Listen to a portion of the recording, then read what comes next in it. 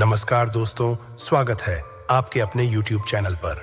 Video शुरू करने से पहले अगर आपने अभी तक चैनल को सब्सक्राइब नहीं किया है तो सब्सक्राइब कर लीजिए और घंटी के आइकन को दबाएं ताकि आप हमारी नई वीडियो मिस ना करें।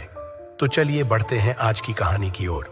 2 सितंबर 2019 मानेसर, हरियाणा, एक महिला रिपोर्टर अपने कुछ साथी के साथ चाय पीने एक होटल पर आई थी जब उसने एक बच्चे को देखा जिसके पैरों से खून निकल रहा था, जैसे उस बच्चे को किसी ने जंजीर से बांध कर रखा हो।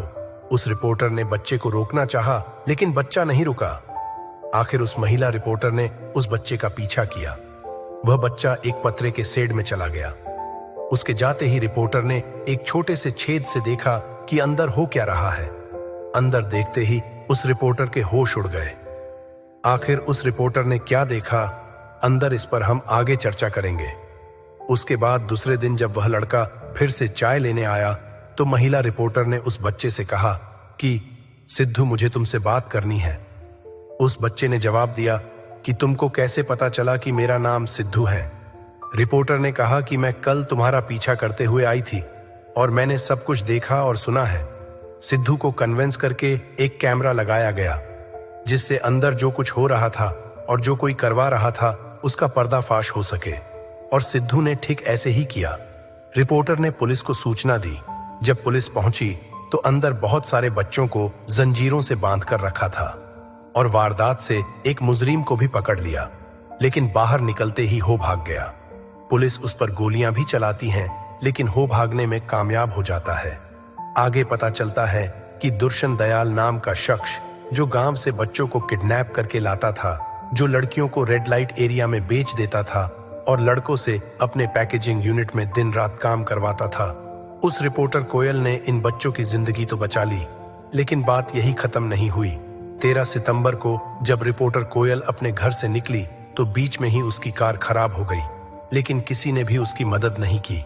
लेकिन थोड़ी देर बाद एक बाइक वाला आया और कोयल के पीछे से 2 लोग और आए और कोयल का मुंह बंद करके उसे किडनैप कर लिया।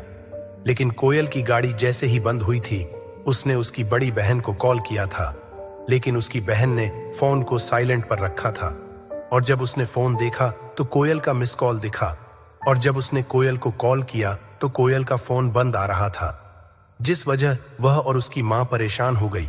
जब कोयल के मंगेतर को कॉल किया तो उसने बताया कि उसे पता नहीं, और हो सब परेशान हो गए और पुलिस स्टेशन गए, लेकिन पुलिस ने भी कोई मदद नहीं की और उन्हें वहां से भगा दिया गया।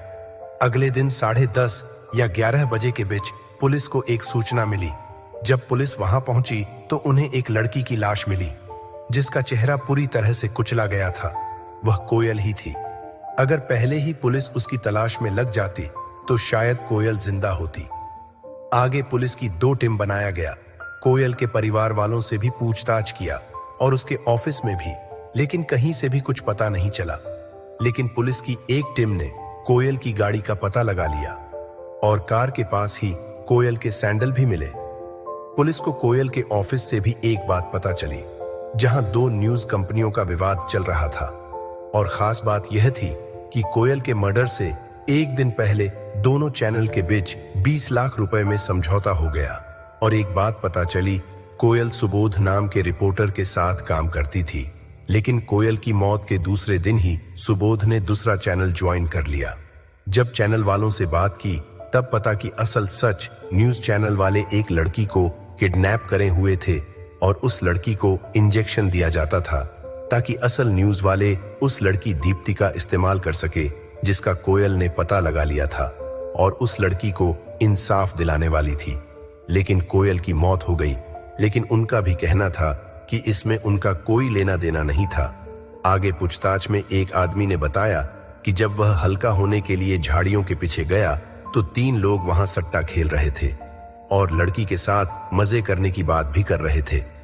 और तो और उस आदमी को गाड़ी के 4 नंबर भी याद हैं। 7344। पुलिस इस नंबर की बाइक का पता लगाने में लगी हुई थी। तभी कोयल की बड़ी बहन सुरीली ने खुदकुशी कर ली। लेकिन क्या है सच में आत्महत्या है या किसी की साजिश? लेकिन कुछ देर बाद पुलिस को बाइक मिल जाती है जो गिरधारी नाम वाले एक शख्स की है। जैसे पुलिस ने गिरधारी से पूछताछ किया तो गिरधारी ने बताया कि 1 महीने पहले ही उसने दीपक नाम के एक शख्स को बेच दिया था। पुलिस जब दीपक के घर गई तो उसके घर पर ताला लगा हुआ था।